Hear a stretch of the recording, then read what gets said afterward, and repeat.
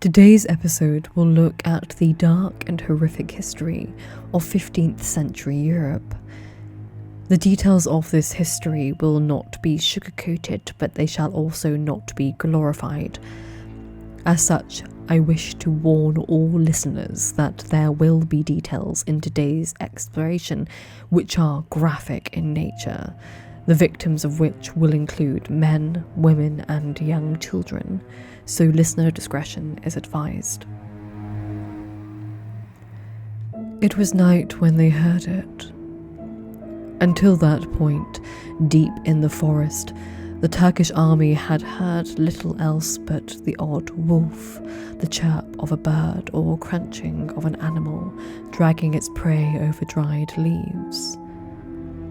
But the peace of the forest was disturbed by a rumbling of approaching horses and the cry of growling men.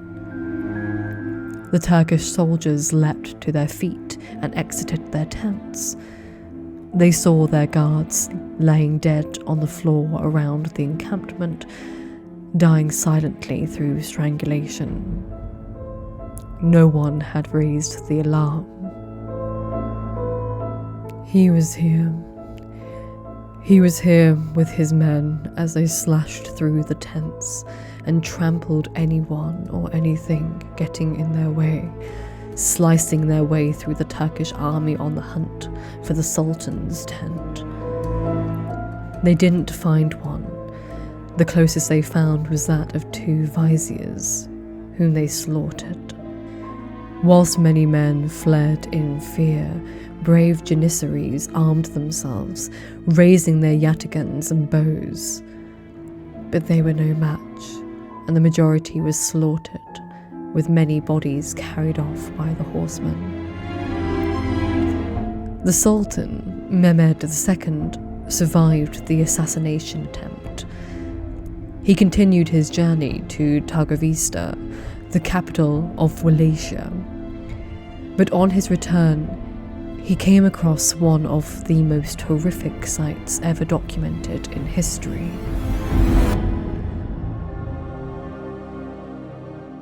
The Sultan and his army saw a forest of corpses, tens of thousands of men and women impaled on large spikes in a semicircle across a 1 to 3 mile stretch of land.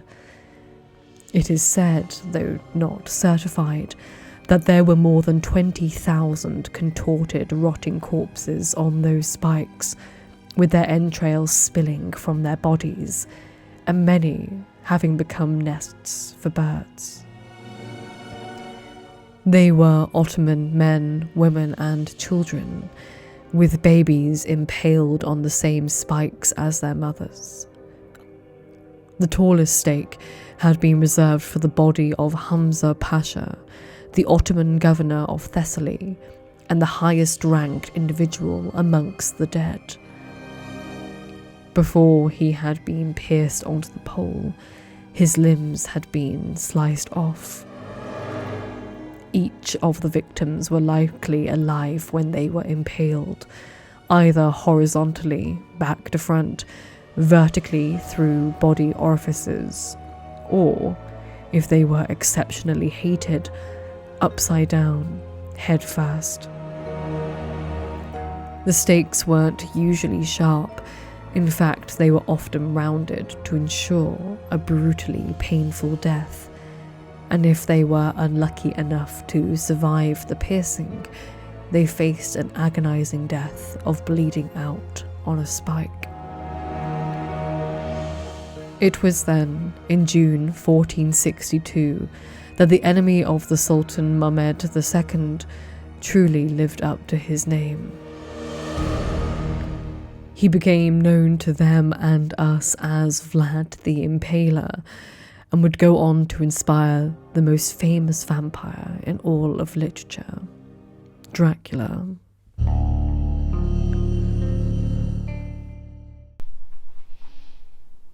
Hello. You know what I'm here to talk about, don't you? I'm here to talk about my website. It just so happens to be hosted by today's sponsor, which is Squarespace. So Squarespace is an all-in-one website platform that empowers individuals to create their online web presence or launch a passion project, whatever they have bubbling in that noggin they have. By combining 2 decades of industry-leading design expertise with cutting-edge AI technology to unlock your strongest creative potential, Squarespace's design intelligence empowers anyone to build a beautiful website tailored to their unique needs and craft a bespoke digital identity to use across their entire online presence. I recently redesigned my whole website to reflect my colours because whilst they may not be, marketable colours that they tell me to do it, I prefer them this way. I quite like the dark look, so that's what I've lent into, and now it reflects my personality and style. I didn't even have to overthink it because there were selections, and I just liked this colour palette. You can run your whole business easily on Squarespace as a one platform solution. So you can receive payments for your products that you're selling, to donations from people who like your content and want to tip it.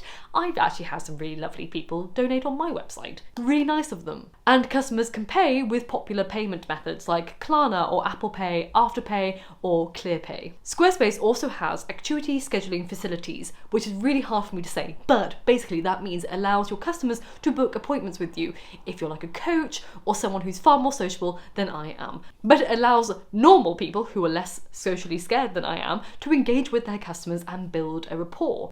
And you can also do that through creating your own email campaign, which again, you can do all on Squarespace. You can make your own email campaign, use the templates they offer, and monitor it all on your website. So if you want to expand your business or just build a beautiful website for your blogging leisure, then go to squarespace.com for a free trial. And then when you're ready to launch, go to squarespace.com/Lady of the Library to save 10% off your first purchase of a website or domain. Back to scary Halloween stuff. Ooh. Are you scared? I'm scared. I'm out of focus. I'm surely out of focus, right? Born in 1431, the second son of nobleman Vlad II Dracula, Vlad the Impaler, known as Vlad III originally, was only 11 years old when he was taken hostage along with his brothers by the Ottoman Empire. His father, Vlad II, was a member of the Order of the Dragon, hence the name Dracula, and a local governor of Wallachia. Since the beginning of the 15th century, the Ottomans had been desperate to conquer and rule Wallachia, of now modern-day Romania, as Wallachia would serve as a buffer zone between the Ottomans and the Kingdom of Hungary. They had eagerly attempted to conquer it multiple times, and failed. Whilst Vlad II was released and returned to Wallachia, his sons, Vlad III and brother Radu, were kept hostage by the Ottoman Empire to ensure Vlad II's loyalty. Vlad II remained neutral during the negotiations between the Ottoman Empire and Hungary, but the relationship between Wallachia and Hungary deteriorated over time thanks to a series of battles. In 1447, John Hunyadi of Void of Transylvania and a major political and military figure in Hungary unexpectedly broke into Wallachia. He had Vlad II murdered and Vlad II's eldest son, Mircea II, buried alive. And thus, Vlad III was only 18 when he developed a taste for revenge, and his palate was a bloody one. The brothers were released sometime around their father's death, and teenage Vlad III began plotting. Wallachia was now under the control of Vladislav II, who had been placed on the throne by John Hunyadi. Vladislav II was the son of the cousin of Vlad II, but Vlad III was equally a claimant of Wallachia. When Vladislav II accompanied John Hunyadi in a campaign against the Ottomans in 1447, 17-year-old Vlad III took advantage of their absence. He broke into Wallachia and became the head of the Ottoman army. The Ottomans defeated Hunyadi's army in the Battle of Kosovo between the 17th and the 18th of October. But when Vladislav II returned, Vlad III was forced to flee to the Ottoman Empire in December of that year. But Vlad III had had a taste for warfare, and successful warfare of that. But he had more anger that he needed to get out, and he found his outlet through gruesome violence. By the 1450s, Vlad had developed a reputation for cruelty, both on a military and domestic level. His relations between the Hungarian kingdom and the Ottoman Empire are confusing, to say the least. We have little information on what exactly happened between this period, but we know that Vlad went from the Ottomans to Moldova, and then, having peace again with Hunyadi, to Transylvania, and then back and forth between these three places, before he fell out with Hunyadi and then renewed his support for Hunyadi and garnered a military employment with Hunyadi. I know, it sounds like a toxic romance novel with a love triangle playing out. What we know for certain is that in 1456, when Hunyadi was preparing to go to Belgrade to fight the Turks, Vlad commanded the troops guarding the mountain pass between Wallachia and Transylvania in the Saxon area. He invaded Wallachia with Hungarian support either in April, July or August of 1456, and as his first act of voivode, he killed Vladislav II for usurping him, which some scholars say was during a hand-to-hand combat. But that wasn't where his cruelty began to show itself. It came out when he ordered the execution of the boyars who had been loyal to Vladislav. The boyars, the aristocratic ruling class in many parts of Eastern Europe, were the ones responsible for the deaths of his father and brother, and Vlad didn't let a grudge go easily. Around Easter of 1457, Vlad summoned the principality's boyars to an audience at his castle in Targovista. 500 nobles gathered in the Great Hall, and the first question Vlad allegedly asked them was, "How many princes have you seen in your life?" Well, some had seen many, some had seen as few as 7, whilst others had seen up to 30. Once they answered, Vlad commanded all the boyars and their family members to be impaled alive in the palace courtyard. Their rotting corpses were left there as a statement.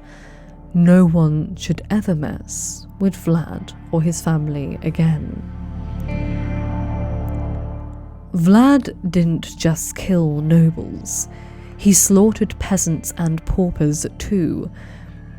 A pamphlet published in Nuremberg, Germany, immediately following his death in 1476, tells the story of how Vlad allegedly invited a large group of local people to the Great Hall for a feast. But these individuals consisted of those who were homeless, elderly, and disabled. He then apparently locked them inside the Great Hall and ordered the guards to set the building on fire.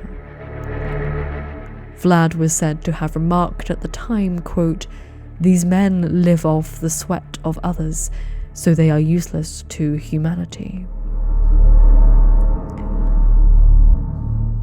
As you can imagine, those Vlad took prisoner were viciously tortured. One of his favourite torture methods was feet flaying, when the skin of a prisoner's feet was removed. He then had salt rubbed into their raw, bloody feet and brought in goats to lick it off with their coarse tongues. Another tale published in Nuremberg in 1499, much later, tells of how Vlad built a huge copper cauldron with a wooden lid and boiled people to death in public. The lid of the copper pot had holes in it for the heads of their victims to be peeking through and fastened down. The same chronicle also wrote of how mothers were impaled with their babies still attached to their breasts, and the babies were left to die, still suckling at the teat. Afterwards, the woman's breasts were cut off, and the deceased babies were put inside the breast wound, head first, before being impaled together with its mother. In September 1456, Vlad came to an agreement with the Brasov Merchants Guild in Transylvania. He promised that, in exchange for refuge in Brasov, he would offer support against the Ottomans. But Vlad claimed the merchants didn't keep their side of the agreement. In April 1459, Vlad attacked Brasov. He pillaged the city, burning its buildings and impaling its citizens, including men, women and children, on the hill by the chapel of St. Jacob. According to an illustrated account which was also published in Nuremberg in 1499, Vlad allegedly requested that a table be set up outside the midst of those being impaled. As the victims withered and screamed on their spikes, Vlad ate his lunch. This is likely where the legendary vampiric nature of his character arose, for it is said here that he ate bread which he soaked in the blood as it dripped down from the victims. This move in Brasov probably didn't impress a young 17-year-old Saxon girl from the area called Katerina Siegel, whom Vlad had fallen in love with, despite already being married. What's fascinating about this area of Vlad's life is that little is known of his first wife or marriage. Well, technically, nothing is known. Historian Alexandru Simon suggests that she may have been an illegitimate daughter of John Hunyadi, but some have gone as far as to claim that his wife has a name and was the cousin of the Polish queen. Her name, they claim, was Anastasia Holzanska, but I couldn't find any trustworthy resources backing up this name. Whoever she was, legend has it that she died by suicide in the War of 1462 to prevent herself from being captured by the Turks. She did so, they say, by throwing herself off the tower of Vlad's castle into the river. But important to remember that this is but a legend, not a confirmed story. Speaking on that matter, let us go back to something we have touched on multiple times, the Nuremberg publications. Many of the tales of Vlad's cruelty were published in Low German, a West Germanic language in the Holy Roman Empire before 1480. It is believed the stories were written in the early 1460s, during and before Vlad's campaign across Danube in 1462. But there's no reference to Mehmed's second invasion of Wallachia of the same year. The stories are more interested in eyewitness accounts of Vlad the Impaler's attacks on Transylvanian Saxons. With the invention of metal movable type printing by Gutenberg around 1450, the foul stories of Vlad the Impaler were bestsellers across Europe, meaning they were likely sensationalized to sell more copies, complete with woodcuts detailing the graphic, horrific scenes. We know this today, The more graphic the story and woodcut, the easier the story is to sell. So it's important to keep in mind that many of the tales surrounding this violent man may have been exaggerated by both the alleged victims and even the press. Though don't get it twisted, he was indeed a violent man, and a foul one of that, as historians still believe that Vlad killed between 40,000 and 100,000 people in just a 6-year period. By 1462, Wallachia was arguably one of the most powerful military forces in the world, which is why Mehmed II led an army to invade Wallachia. Until that point, Vlad had remained loyal to the Ottomans, paying an annual tribute of 10,000 gold ducats. But relationships changed in 1458, when Matthias Corvinus, son of John Hunyadi, was elected King of Hungary. When reports started circulating that Vlad was considering an alliance with Matthias, the Ottoman Sultan wanted to capture Vlad. This was where our story began, the story of the night attack at Targo Vista and the Forest of Corpses. The battles between this period were brutal, and Vlad was also an early adopter of bioweapons, sending subjects suffering from leprosy, tuberculosis, and the bubonic plague to infect invaders. Whilst disease spread amongst the ranks of the Sultan's army, Mehmed II still seized Wallachia and instilled a new voivode, Vlad's younger brother, Radu the Handsome, who is strongly believed to be one of Mehmed's lovers. According to the Greek historian Leonikos Chalkokondailas in the Histories, who also just so happened to be a member of Mehmed II's court, Mehmed II would frequently select young boys to come to his bedchamber, and later they were trained for positions of importance in his court. Now, this isn't some kind of wholesome romance. According to the Histories, one day, whilst Radu was in his room, Mehmed II allegedly attempted to have sex with him. Radu fought him off, and when Mehmed II forcibly kissed him, Radu grabbed a knife and stabbed the Sultan in the leg and ran away. It's said the men were lovers afterwards, but the consent between the two is still up for debate.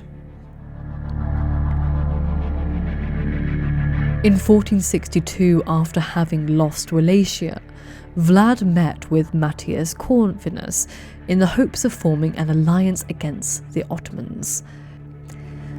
But now, Vlad was little more than an overthrown ruler and a refugee with no money or followers, and thus he was useless to the king. So Matthias arrested Vlad and imprisoned him in Hungary for 12 years. According to Gabriel Rigone, the Bishop of Eger, Vlad, whilst in prison, would trap mice and cut them into pieces and stick them on bits of wood, as he had done with the men he impaled. His brother Radu ruled Wallachia until 1473, when he was ousted by Basarab Lyota, a member of the rival Dynasty clan, who immediately began making peace overtures with the Turks. This unnerved Corvinus to no end, so he pulled out his own weapon, Vlad the Impaler. Vlad was released by Hungary either in 1474 or 1475, with the hopes that he would seize back the Wallachian throne and fight against a forthcoming invasion by the Ottomans. However, there was a condition on his release. He had to convert to Catholicism. Vlad agreed, and after fighting with the Moldavians, he regained his throne in 1476. But 2 months after winning back his father's throne, Vlad's headless corpse was found in a field. No one knows who killed him. Vlad had countless enemies, arguably thousands, from relatives of victims of Orthodox priests to Wallachian boyars, German merchants, Turkish sultans, the list goes on and on. The most accepted theory is that Vlad and his Moldavian army were ambushed by Ottomans. But another possibility is that Vlad was assassinated and the plot was hatched by boyars. Despite taking out one of history's fiercest and most violent men, his killer never took the credit. No one knows what happened to his body or where it is buried, if it was buried at all. By some reports, his head was delivered to Mehmed II in Constantinople to display as a trophy on the city gates. But even that happening is uncertain, as the tales surrounding his death differ from account to account. He was a violent man. He went on to inspire many people, not to replicate him, thankfully, but to inspire the legendary Bram Stoker. He was fascinated by the son of Dracula, the son of the dragon, Dracula, and so the vampire legend exists today. Thank you so much for listening to today's episode. If you are interested in more episodes, I have a whole episode on the history of vampires, which I will link down below at the end of this episode. I also have, you can listen to that on my YouTube channel or over on my podcast, Lady of the Library. Thank you so much to my patrons, as always, for making this episode possible, and I will see you soon for another video. And remember, be happy and healthy, and books save lives. So keep reading.